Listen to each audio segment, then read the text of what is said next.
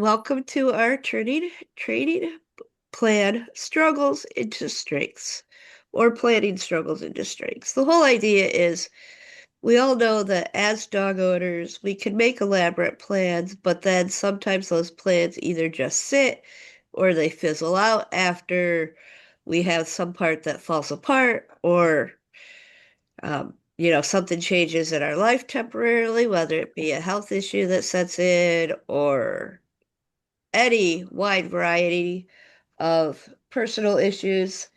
There are a lot of reasons that plating trans stall.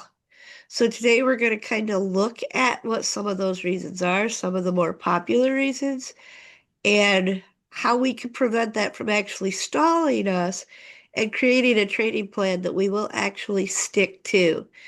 Thought that's kind of perfect for the New Year's because so many people do New Year's resolutions. I've never been one to do a lot of them, but everyone kind of takes stock and reevaluates and what did you accomplish last year and what do you want to accomplish this year? And that can lead to really lofty plans. So, with that, just take a moment to type in the comments. One thing, if you've noticed one thing that stalls your training plans the most, that prevents you from finishing the plan, just note that in the comments quickly. So it could be anything as simple as you get overwhelmed or health or, make it as detailed or as simple as you want. Health is a common one, especially with our service dog people that are joining us. And sometimes we have our health that comes and goes, and then we have our health issues that we live with on a regular basis, like the ADHD, that is never going to completely go away, but can definitely stall us. Yeah. Yeah, fatigue is a big one for me. And getting stuck in the cycle of I've learned to cope from sitting on the couch when I have to sit on the couch and can't move, which means even on some days when I can move, my body defaults to wanting to sit on the couch and not move because I've learned to cope by doing that. So we all have those little things too. And I'm sure we'll get a few more answers coming in. So let's kind of review. We're going to review the top um, 10 reasons why training plans fail and how we can change those to move on so that it's not going to fail. So our first top five are definitely our most common. Um, the information overload applies in multiple different ways. First of all, from the idea that, like, if you haven't found a trainer that you resonate with or that you're working with yet, and you're searching YouTube, Facebook, you name the place to search, if you're searching for information on any specific topic in the dog training world, you're going to find 101 ways to solve that problem. And most of them are going to be somewhat conflicting with another person's method. So, trying to find what's going to work for you and your dog can be really challenging. But then also look at the fact that, you've picked that trainer that you align with, and they have so much information out there. And is that information, do they have so much information that you just don't know where to start? So that's a really big one as well. So even when you've found the right group, sometimes finding the information within that group can be problematic. So one of the reframes that I like to do with that is to think, all right, you don't need to know everything about the problem you're trying to change or the behavior you're trying to change. You just need to have a starting point. And, to be able to highlight, all right, this is where I am now, and how can we just get started, even if you're not looking at the end goal. So that's one of the big things we're going to look at in our 7-day plan that we're looking through is getting started. Another huge one is a lack of clear goals, and that can go along with having too many goals. especially if you're a service dog handler, looking at the big picture of, what happens 2 years after you started training. And that can quickly overwhelm us with overload, but also give us unclear goals of what we should be working on right now at this stage in the game.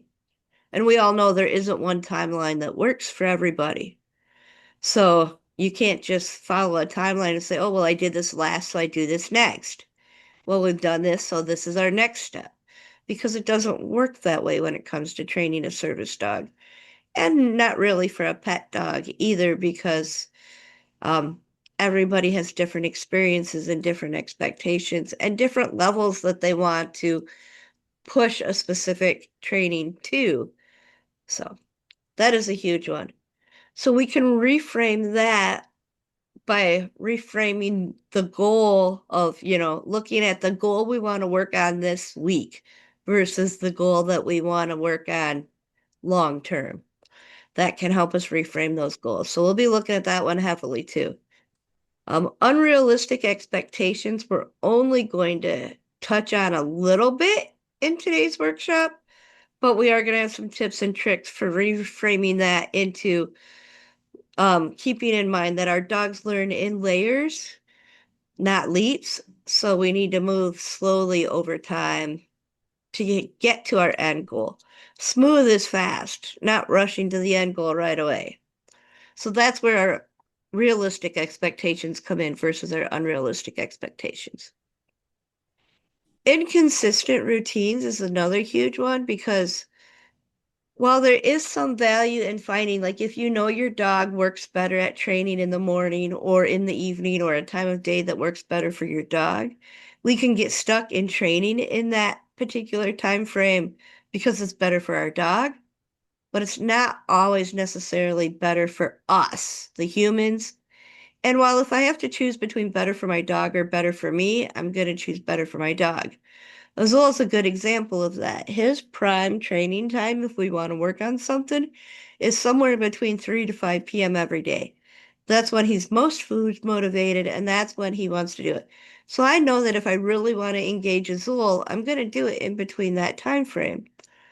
What that means is that he's not getting engaged in a training situation every single day, because some days I have other things I have to do between 3 to 5 p.m. And if I miss his window for that day, I miss his window and we're just not doing it that day. We might still be able to do some fun enrichment type training, but I'm not going to be able to count on him to be food motivated and want any kind of food reinforcement if I missed that window of opportunity. So routines really do play a role. We're going to focus more on reframing that into mini micro lessons for the day into real life versus long term. We're going to do an hour training routine at this time of day every day. So reframing that into the idea of looking at those micro bursts of training throughout the day can really help. And we all know that canine emotions can really lead into it. If our dog is stressed, they're not going to learn. If our dog is feeling overwhelmed, like we can, because we're throwing too many different things that we're training our dog at once, they're not going to learn as quickly. And if they're going through that crazy adolescent period where their emotions are naturally all over the road, that's going to throw in some hiccups too. So we'll look at that a little bit. And then just our, whoops, I think I skipped one. Just our other 5 for quick review. These are in the ebook and the reframing tips are available, but we're not going to run through all of them. Choosing the wrong environment is a big reason that we fail. We go too fast into a harder environment. I know a big thing is go train your service dog in training outside of the dog park so they can get used to practicing around other dogs. But if your dog has never been around other dogs and you jump to the dog park, you're going to quickly overwhelm them because now there's too much chaos and too much going on. So picking that environment, while there is merit to that, and at some point in time, I'm hoping my dog is at the level where we can go train outside the environment of a dog park. We don't want to jump there. So choosing the right environment will definitely help. Um, Lack of feedback and support. I kind of alluded to this if you've aligned yourself with a trainer or even a good friend that you respect their opinions when it comes to training. That's great. If you're not getting feedback and support from somebody else, whoever that be, whether it be our group like Crazy to Calm, whether that be a Facebook group where you're getting support, whether that's a trainer you're working one-on-one with, if you're not getting some kind of feedback or support to know if you're making progress or to remind you that you are making progress, that's a really big common reason that training plans fail. So we all think I've been training all my dogs all my life. I know what I'm doing, but every now and then we still get stuck, which Cindy can attest to because I've gotten stuck with even Belle, and she's helped with that, and Azul especially. And same with Cindy as a trainer has gotten stuck with Nick, and I've been able to help. And we all need that support. So having somebody you trust that you can call on can be a big win. Um, Using the wrong reinforcement is huge. Again, that one we're not going to go into because that's a big layer topic, and we have other workshops and resources on that available through UperPaws and Crazy to Calm Canine Coaches. Fatigue and stress is a huge one, and we will touch on that one a little bit because I know we have a lot of service dog people that will be working on this, and that is huge for them. And then the last one is because we make it work. And not just for the dog, like you guys all know, I'm a games-based trainer and my goal is to make it fun for the dog. But if in my head I have that I have to spend an hour training something. We have to advance this skill. We have to. When we put it in that mind frame, we start to look at it as a job that has to be completed, and then we're less likely to actually carve out time to do it. But if we reframe that, I have to get this done, I need to do this for my dog. Sometimes we do need that push and to think that I need to do it because I haven't done a while, especially me, a procrastinator. Sometimes I need that. But if I live in that, it's a work, it's a job mind frame all the time, then that can really stall us. So reframing it into we're going to have fun together in this session. It's not a job, it's something we're going to enjoy, both of us together. Go ahead, Cindy. I just wanted to say in that reframing of it's work, not fun. Sometimes that means that you have to stop what you're asking your dog to do and reframe how you're asking your dog to do it, and so that you take it out of that work mode. I ran into this yesterday asking Nick to do something he knows how to do. He knows everything, but there's two things that were stopping him from wanting to do the behavior. It was a new item that I think may not taste very well, and it was in a room he does not like to do, that he associates with bad things, because it's the bathroom where he takes a shower and he doesn't like taking a shower. He'll do it, but he doesn't like it. And so I backed off that container is coming out into another room, and we're going to work on retrieving that container in another room. And so sometimes you need to look at that. Why is there a problem? Why is the dog reacting this way? And why is it becoming work instead of a game? Totally. That ties into the emotional aspect as well. So, that's a good one. We will look at that one a little bit too. So we're going to take a moment to reflect, and this is a place to put your answer in the comments if you haven't already. And it says, what impacts you and your team the most when it comes to why those training plans fall apart? So if I've said anything that really resonates with you, go ahead and just type it in the comments. Maybe there's the top three. These are the top reasons why my training fails. I can tell you for me, it's a big one is looking at that it's work and not play. I have to do it. But also because I do so much with training other dogs that like my dogs tend to fall in somebody else's training plan, not necessarily my training plan for them. Unless I keep it fun for me. But fatigue and routine are also my big ones.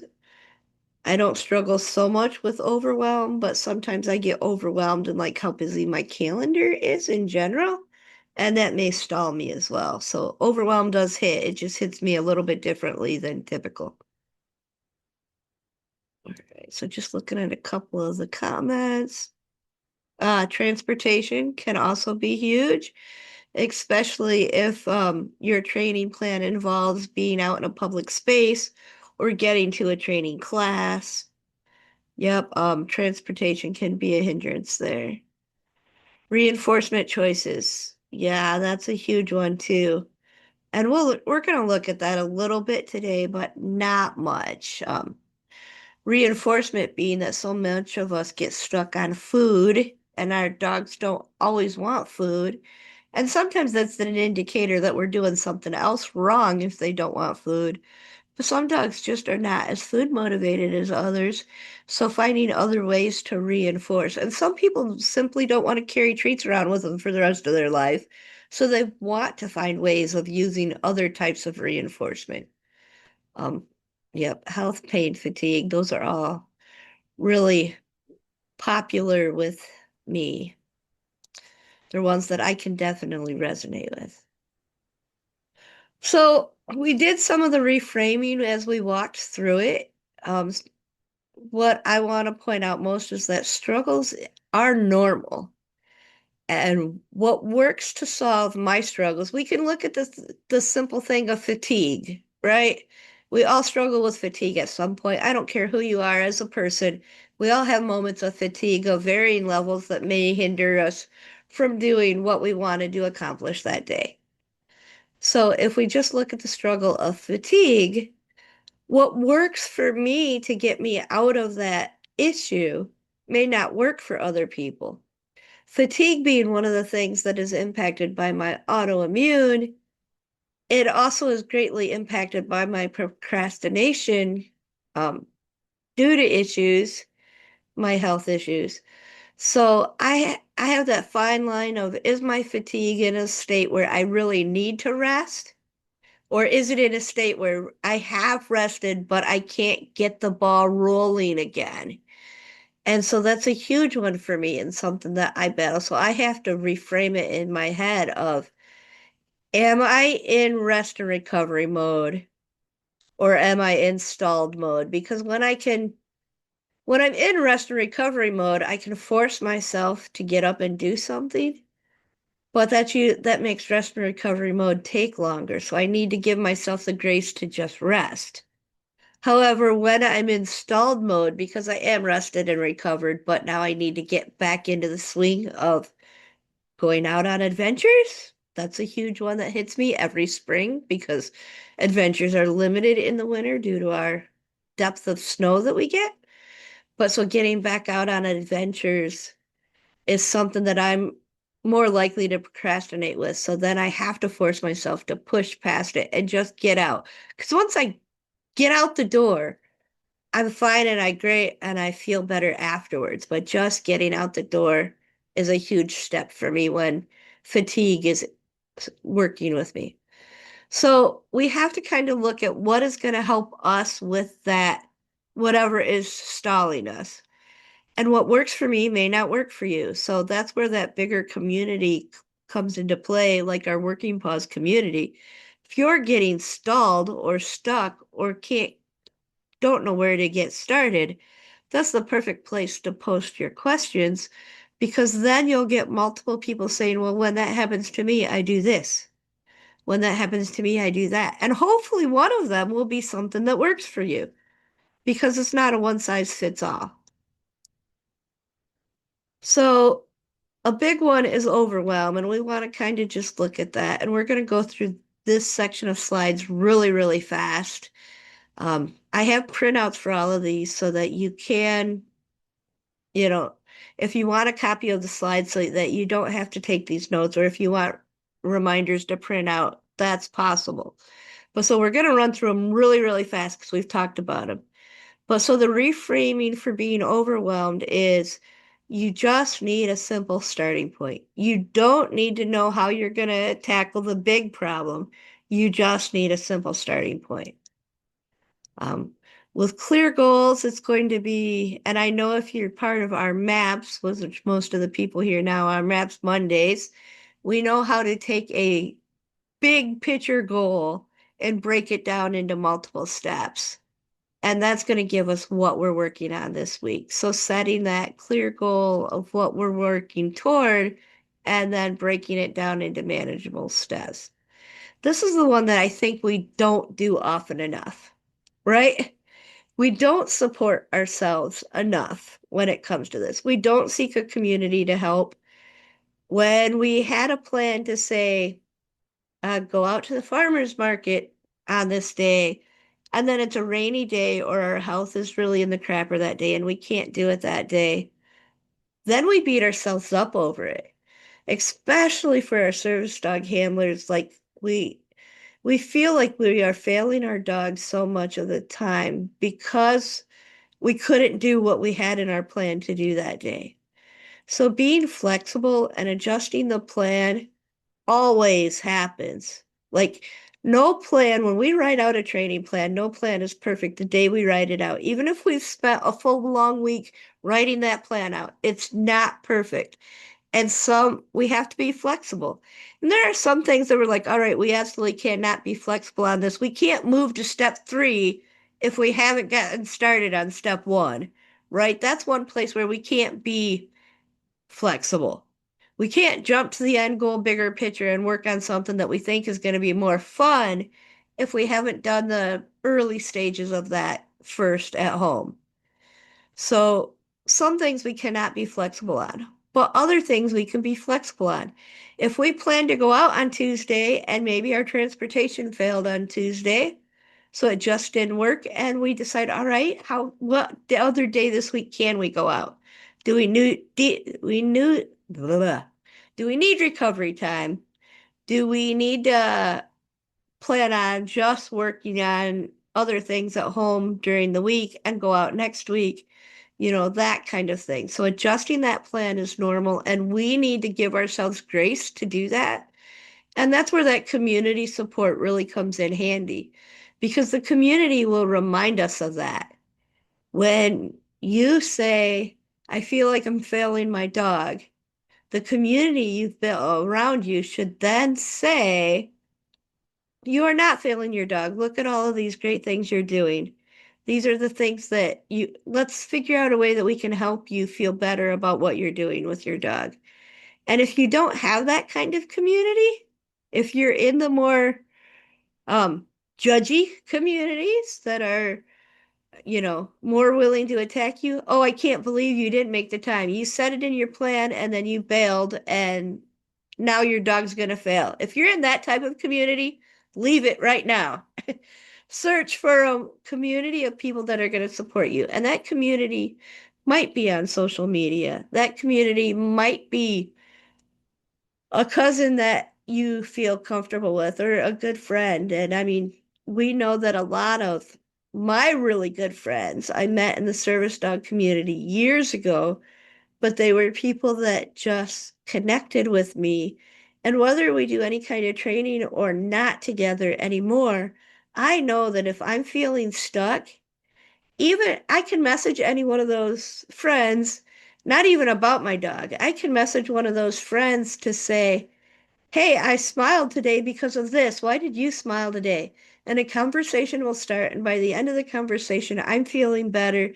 And then I can, even if we never talked to dog, because you reached out to a friend that lifted your spirits in a positive note, you can then reframe your dog training struggles more positively because you got out of whatever funk you were in that were causing you to judge yourself. So seek that community out and forgive yourself when you need to change the plan. All right. My slide won't change. Come on.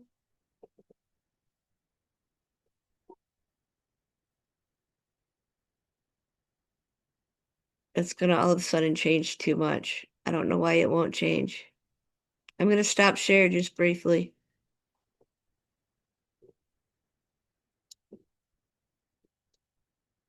Oh, Zoom's not being cooperative. All right. Yeah, my slide seems to have frozen.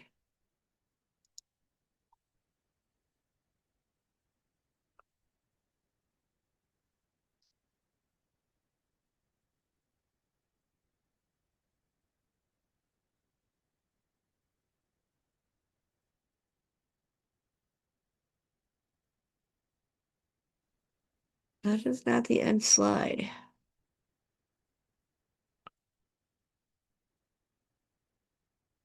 Oh, I did throw that one in at the end, so it did go all the way to the end too. That's why it won't go forward. All right, let's backtrack, see where we're at.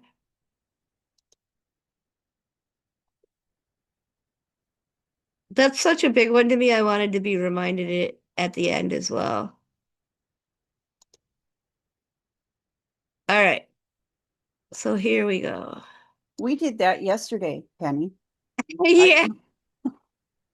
I said I was having struggles and why I was having struggles and what I needed to do going forward, and got the support I needed to do what I need to do going forward. And, um, that's a super important thing to have when you're dealing with a struggle, regardless of what it is. Mine happen to be health struggles right now. And, um, they are what they are. And, sometimes you can power through stuff and sometimes you can't.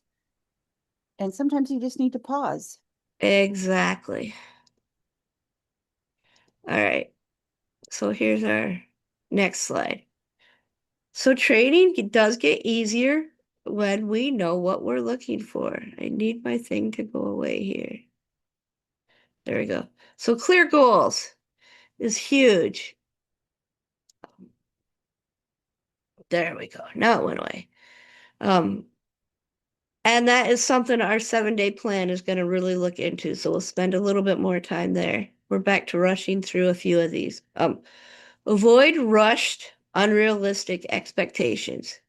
If you're working with a 4-month-old puppy, don't expect them to have a downstay of an adult dog, right? Don't rush through too fast. If you're working with an adolescent that has all the emotional turmoil going on, coming and going and coming and going, and you're working on the same thing for 6 months, that's okay. Don't get frustrated in working on it for 6 months. Take breaks when you need to and go back to it when you need to because adolescence is hard. So avoid feeling rushed. And a big part of the rushed one is when you're comparing yourself to somebody else because all dogs are different. When you start comparing, it tends to make us feel more rushed.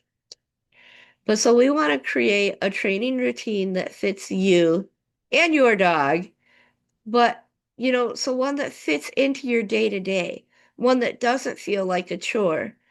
And so those small mini daily sessions that build toward your long-term goals are much more valuable than longer exhausting sessions.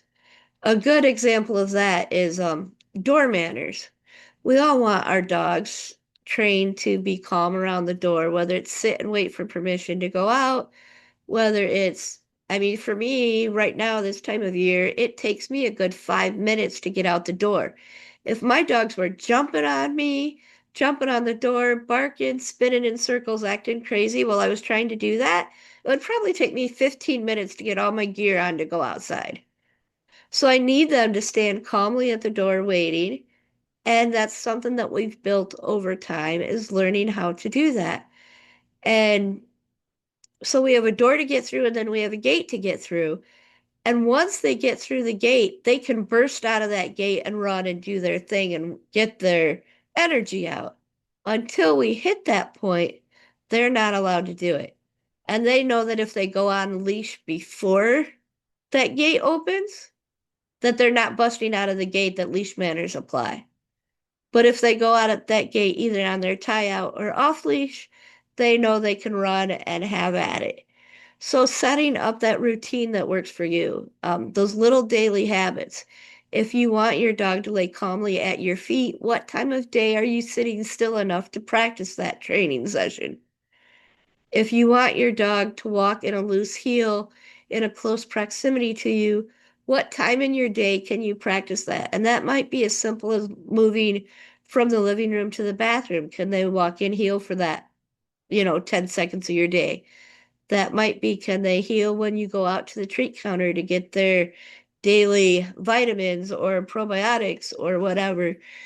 Can they wait calmly on a mat while you're preparing their meal to sit down for them? Whatever it is, but building those mini little sessions into your day will make for a much happier dog and allow you to accomplish more training than what you think you're accomplishing.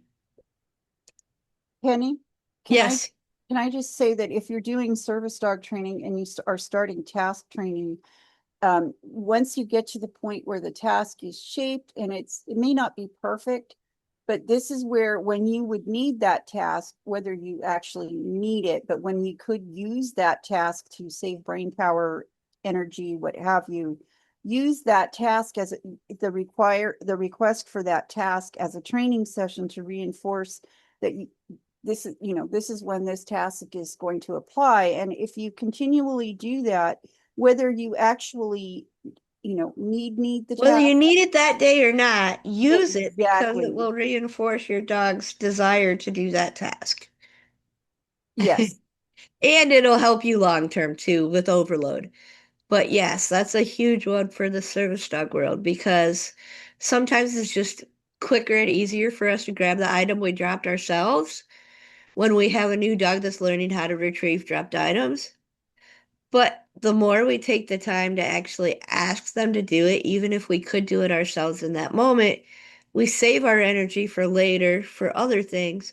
But it allows a quick win for them to get reinforcement for doing the task without repeating it over and over and over again like we would in a training session. So building those into your day can really help. So we want to make sure that we're also setting the dog up to be emotionally ready for whatever training we're doing. We all know that a stressed out dog isn't going to learn. So if my dog had a stressful day, or if we tackled something stressful, like I have a group just starting public access training right now, on those days that they're going out in public with our group, they really shouldn't be training any new behaviors at home. They might be also working on some continual practice in those short daily things like practicing some door manners at home or some laying on a mat at home, but they shouldn't be teaching anything new on the day that something stressful like a public access outing happened because the dog is not in the right mental mind frame to learn. So, save those starting something new or doing something that your dog finds really hard for days when your dog is as calm as they normally are when they're feeling refreshed, relaxed, and comfortable. And those are the days you want to take on the bigger challenges. Like Cindy had mentioned something earlier about training in the bathroom. And I had that actual same instance with Belle. Some of my dogs have been Velcro and followed me in the bathroom. Azul is not like that just because he's not Velcro all the time.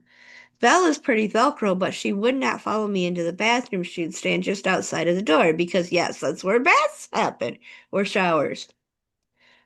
But so lots and lots and lots of times I sit my cell phone down in the bathroom and then forget it there. By the time I've washed and dried my hands, I walk out without it. So teaching her to go into the bathroom and grab that phone and bring it to me was huge. But I found the only way that I could get her to want to go into the bathroom to do that was if I stood outside of the bathroom. If I joined her in the bathroom, she was too stressed and wouldn't search. But if I stayed outside of the bathroom and just sat her in, then she could do her search of the bathroom for the thing she was looking for and find it. So, kind of finding those ways of setting your dog up. And again, I wouldn't have done that bathroom training on a day when she was already stressed or already thinking it might be bath day. If I had done some earlier things like gotten a towel, maybe I was getting myself ready for a shower, right? I wouldn't have done it on those days because she wasn't emotionally ready for that kind of stressful training.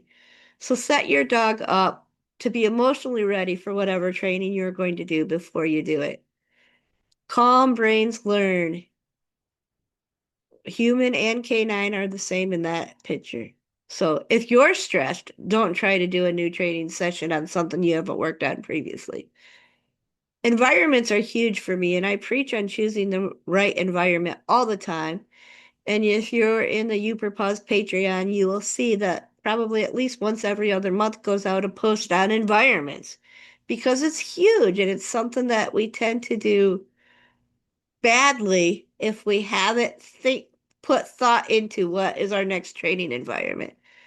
So that's a huge one for me. I have all kinds of resources on that. Um, Reinforcement is huge too, and we touched on that one already. Motivation isn't a personality trait, it's a training tool. So, what is it going to take to get our dog excited to do the training we want to do? Which might be toys, might be food, might be the thrill of being able to go outside on a sniff about, right? There are lots of different things that we can use as reinforcement. So, that one is huge. We do also have a reinforcement workshop available in both Crazy to Calm and Uperpause workshops or Uperpause Patreon. So if you need more information about learning other types of reinforcement, making reinforcement work for you, check out that workshop. Battling fatigue, health issues, and timing troubles. Because timing is also that, that time of day when you have a dog like Azul that it only works between 3 and 5 p.m. That can be huge. So finding the way to fit that into your life so that it doesn't become a struggle and doesn't stall your training plan is huge. And it's not a one size fits all. But the small moments really do make more of an impact than we sometimes realize we're doing. Those small mini sessions, like asking for that task to be done because this is the time of day the task needs to be done.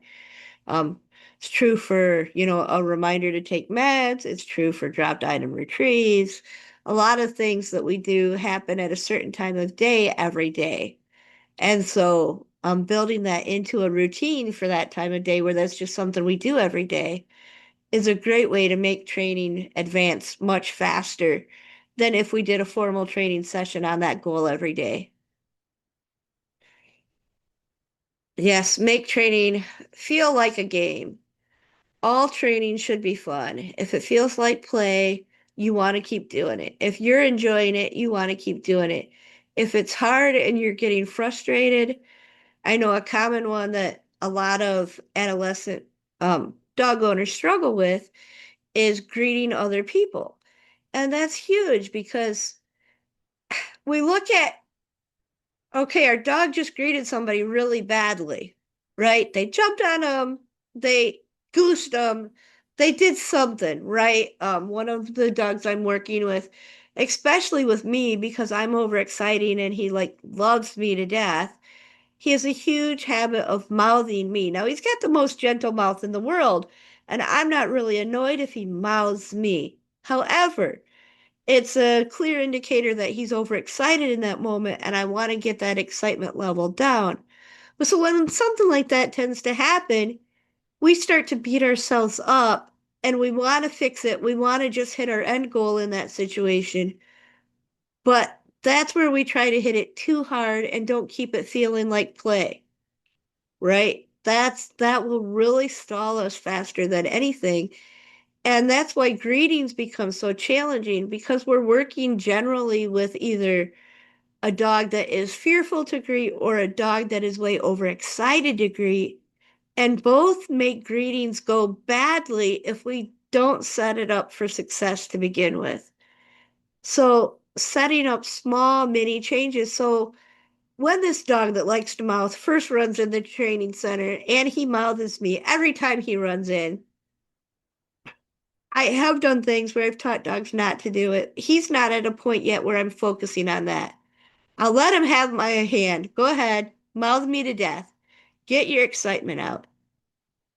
Then, after he's greeted me, I'm also preventing him from doing that to anyone else in the room in that moment, right? So once this person comes in and regains her calm from just getting in the doorway, then I can remove my body so that he can't mouth me, and she can get him reframed into the right mind frame to do the training. But at the moment, we're just letting it happen because he's too obnoxious. Because he's coming in too overwhelmed and he can't control it. When he calms down, he has great control over it. So that is a really, really big one. Keeping that training fun in that situation so that it feels like play. And when he's less excited, then we can play and work to teach him not to mouth and that he has other options than mouthing. So this is our kind of mini intermission. And I know we've been here a while, so it's kind of late for an intermission. Um, and the people that are here are already familiar with this. But I just wanted to take a moment to say you don't have to figure this out alone. We have a Maps Monday membership available on Crazy to Calm for just $5 a month. That's open to both service dog people and pets can join that membership. But this involves a weekly Zoom where the focus is planning and helping you plan. So if you haven't checked out Maps Mondays yet, if you're in Patreon at a higher level in any of our other Patreon memberships, you automatically get access to Maps Mondays. But if you're not in Patreon, the $5 membership is the quickest and easiest way to get that support from all of the Crazy to Calm canine coaches and to actually work on your planning supports. So now we're going to switch things into kind of creating our 7-day plan that fits within your life. So this is where you want to have your paper or pencil handy or your keyboard ready to type into chat if you want to do it that way. Whatever is working for you. Um, if you're watching the replay in this situation, you may want to take a moment to make sure you've downloaded the 7-day planning template because then you can make your notes going through this section right in that planning template. And that can really help. So if you're here live and you don't have that planning template yet, don't worry about that. It's going to hit Patreon later today or tomorrow. So you will be able to download it and attribute it right to what you want to work on plan wise. So first one is identify one priority behavior. What is most important to you now? And I really need to do that one for Belle because she is one that likes to continually train, and I have not identified one priority for her in quite some time. Um, I think my priority for her would be more priority based for me and making sure that I'm taking the time, even on those days where I'm on the couch, even if that training is being done from the couch, that I'm spending 5 minutes actively doing some kind of training with her every day, which is not a huge commitment, but something that I need to do. So, I mean, that would be kind of my priority one in the moment. Um, we have a lot of little things that are in the middle of that she can kind of sort of do in the right situations, such as her take a bow, which is a fun trick, or her wave, again, another fun trick. But I want to really expand the situations that she can do that. So just getting out more um, is something there. Utilizing tasks, even when not needed, so that they can be helpful when things really flare is a great one. And again, that's a priority more for the human, not the dog, but it leads to a better dog, right? Sometimes our priorities might involve us as the human staying on task. And I totally get that. Oh, yeah, it can be really hard when your tasks involve the shower when the dog doesn't necessarily like the shower, whether it's something that smells like the shower. I have now got Belle to the point where I can ask her to go retrieve my phone after my shower. But if I tried to do it before my shower and she saw me prepping for the shower and knew I was going to take the shower, she'd be more hesitant to go in the bathroom thinking that I was going to trick her into a bath day. So. All right. So priority behaviors are performing known tasks when asked. Totally. All right. So now that you have one behavior, we want to write it out in a sentence, kind of like a SMART goal. Not that you have to do this today, but if you remember SMART goals, they're specific in that it describes the actual behavior you want to work on. So it might be Belle does not need to work on this, but we've been working at adding in more environmental cues for some of her leash cues so that I have to actually give her leash cues less. So a smart behavior might be I want her to be able to walk in a loose heel in a more distracted environment without me needing to give hand signals or verbal cues. So I want her to use some intelligence to it. I want her to decide what position is best for her a little bit more. So very specific in that I want her to take more responsibility for making sure that she's in the best position for the situation in the moment. Measurable is a way to, so in that way, I'm going to measure that by me giving her less and less cues, needing to give her less guidance is how I would measure it. Um, Accountable is like in the time frame that I want this to achieve, and this is a bigger picture thing. So like I don't need to do this in the next week or 2 weeks. This is going to be a long-term goal over, all of the whole year kind of thing.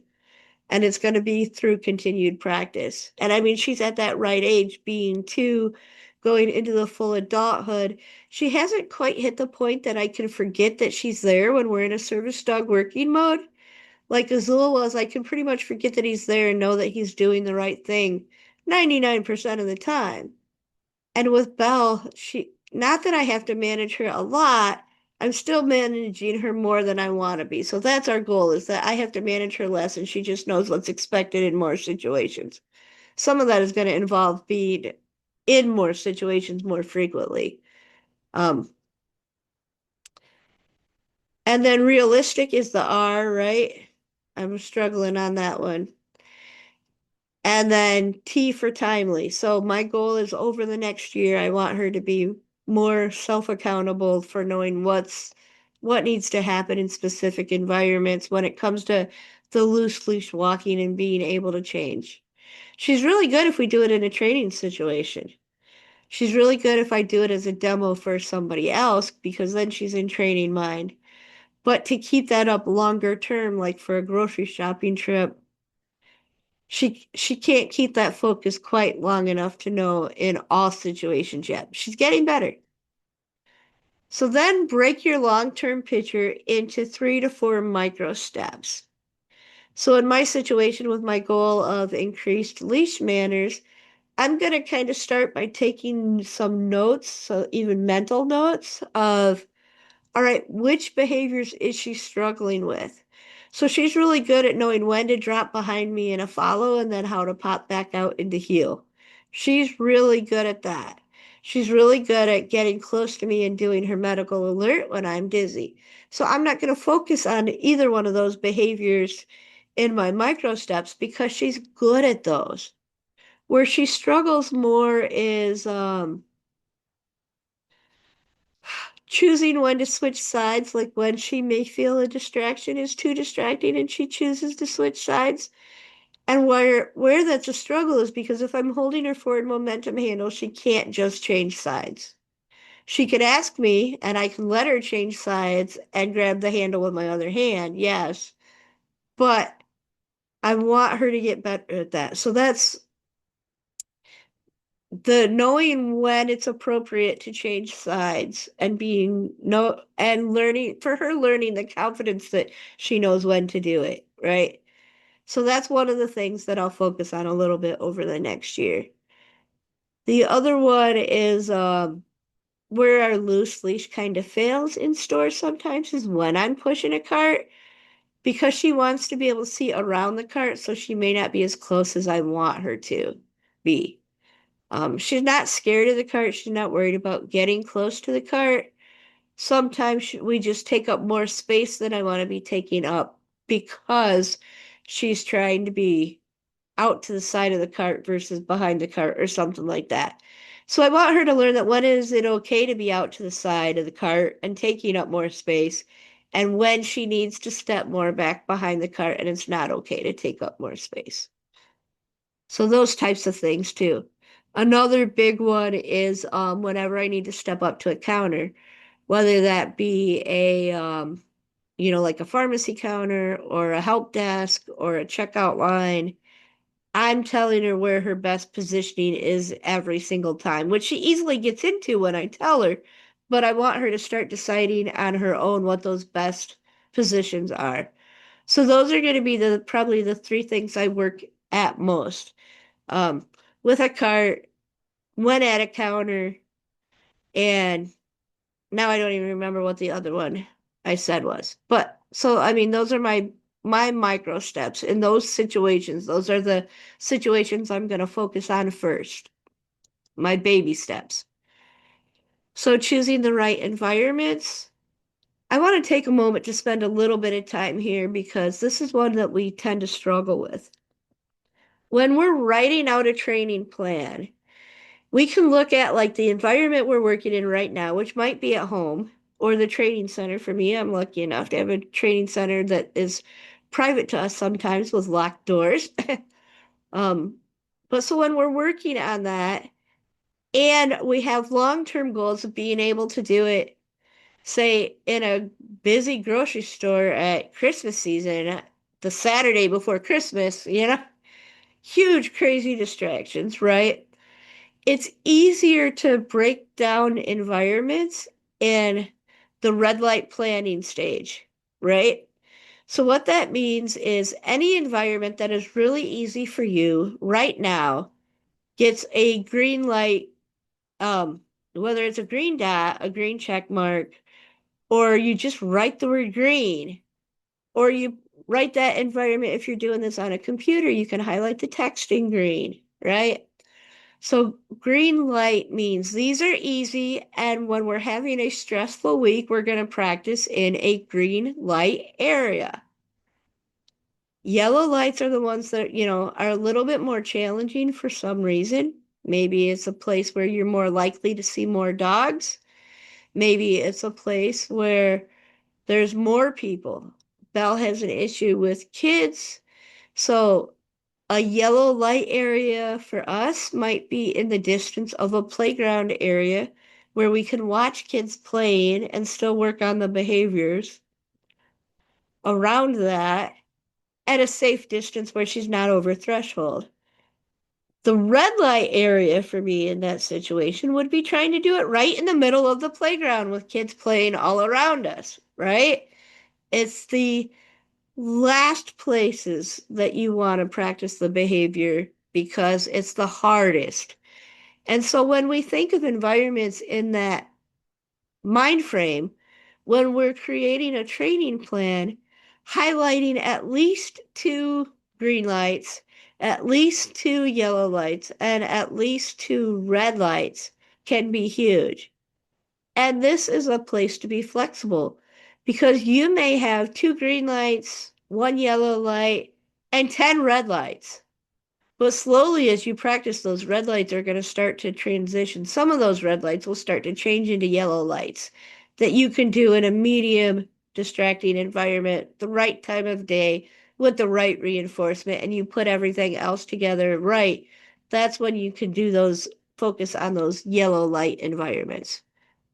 So in the 7-day plan, it's going to try to help you work through that and deciding that.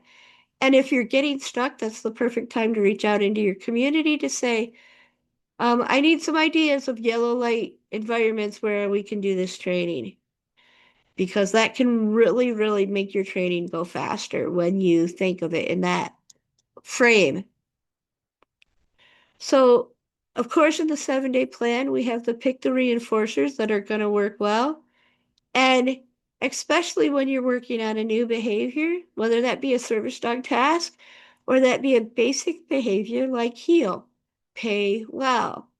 So Belle knows that when we're in um, a service dog work mode in a public space, she's only going to get a few treats here and there at this stage because that's where she's at level wise. She may need a reminder treat for heel, or I'm more likely to use a treat to help her de-stress after something weird with a child has happened, right?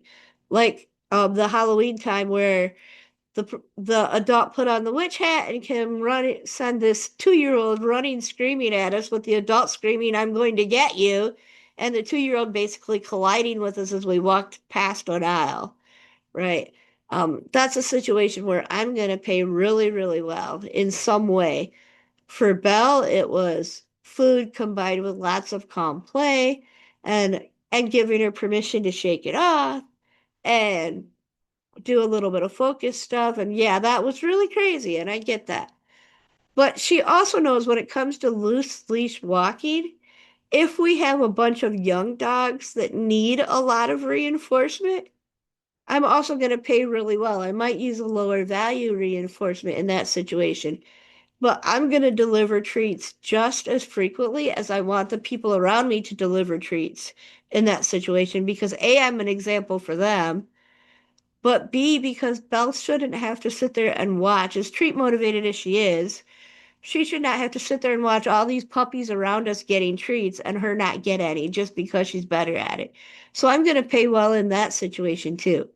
And she's learned that, and she knows that she can count on it when we're out and about with the younger dogs. But when we're out and about, just her and I, it's not going to happen. So pick your reinforcer based on what's happening around you. And this is a good way to look at that green light, yellow light, red light activity too. So you may need less reinforcement if you're going into the same store you go into all the time. And then when we walked into a store in Illinois, that was probably like 4 times the size of my grocery store. And it was Christmas Eve. And, the store was just packed. And yeah, so I paid Belle very well, very frequently throughout that activity. And I planned accordingly and made sure that I took some high value reinforcement with us. And I paid her for simple stuff. Um, any kind of task got paid, any kind of long-term healing with us in tight situations where we had to walk through crowds got paid. So when the environment is harder, make sure you're paying more. And when the job at hand is harder, make sure you're paying more. Whatever that reinforcer may be. Um, I use a lot more than food too, but in those particular situations, food is what works best for Belle.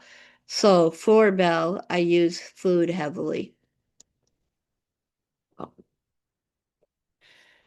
So along with the 7-day plan, we are going to take a look at what is best for you and your dog. Does after breakfast work best? Does a break in the middle of your day work best? Maybe it's just before dinner, maybe it's just after dinner. What time of day works best for you and your dog? And yeah, sometimes food is the best and only option. I am one that will gladly take a tug toy into a store and play tug with my dog in the middle of a store. But here's the reason that I will use tug in that situation for reinforcement, because I also train my dogs to do a quick, like 10-second tug with without raising their excitement level very high, right? And then it's dropped and the tug goes away and they know that. And I use this really heavily with Azul when he was an adolescent. For other dogs, like this golden retriever that just flies off the handle in excitement way too fast, tug would not work. Food calms him down and toys overexcite him. So your reinforcement does depend on the dog. But going back into our micro training routine, where can it fit? When I'm teaching a new client how to do hand targets, I say, sit your treats by something you do every day. whether that be the coffee pot where you fill your water bottle up. I don't care if you sit them by the toilet and practice hand targets every time you go to the bathroom. But by adding it into your routine in that way, it becomes a habit. So it reinforces your dog's habit of wanting to do it at that time of day. But it also becomes a habit for us, making us more willing to do it. So your micro training might be as short as 10 seconds or 30 seconds. It might be 2 minutes long, depending on the routine you're adding it into. Might be 3 minutes long, but it really shouldn't be longer than that. Most training sessions should not last more than 3 to 5 minutes. Otherwise, um, you're almost going too far too fast. The exception to that would be a shaping plan where you're starting with a very simple behavior in the beginning and building the behavior. So it might be a 10-minute shaping plan, but the criteria is changing rapidly all the way through. You're not doing it at the exact same level for the whole 10 minutes. And that's only with people that use shaping plans regularly so the dogs know how to advance and read the criteria change real fast. But that's another story. So we're going to take a moment to support for the support yourself section and just think like write down, whether it be in the chats or in your training plan, what is your support system like? Where's your community? Is it one or two people? Is it a Facebook group? Is it a Patreon chat group? I also do WhatsApp and Google Meets where I have different chat groups available. So what is your community that is your top go-to when you're feeling stressed? Where do you find support? And then potentially expand that to, so maybe my top group is our Working Paws community, and that's where I go to first. But all of a sudden, I'm really, really, really bad, and I don't want to do that. So then I'm going to do a private message to probably our admin team because they're the ones that I know that even if I'm about to say something bad or I'm just in a really funky mood, they're the ones that are going to support me regardless, right? So your community might have multiple different levels based on what your struggle is and where you feel safest. But take some time to like write that down so that when you do feel frustrated with yourself, you have a quick fallback like, oh yeah, here's my best options. I've outlined these as my top ways to get support. My email is always open. Not that I reply instantaneously to email, because I do have a busy schedule, but I will get back to you in the same day if you send me an email asking for help. And that help might be, I know we've done this, but I can't find it anymore in Patreon. Can you send me a link? Sure, no problem. That's going to be a quicker email because I could do that in a few seconds. If the email question is, I'm not meeting my dog's needs and I need other ways to add some enrichment and training into their lives. Okay, that's a longer problem and it's going to take a longer email. So it might wait till the end of my day when I have time to actually compose that. But so, um, write down your ways of support, who you're going to seek for support in a short little list and put that list, you could have it in your 7-day training plan, but I would say put it, on the front of your training binder or on your fridge or in something that you look at daily so that you can remind yourself, here's my community, this is where I'm seeking support. And that is it. That is our last one for the day. The 7-day plan walks through a few more of those.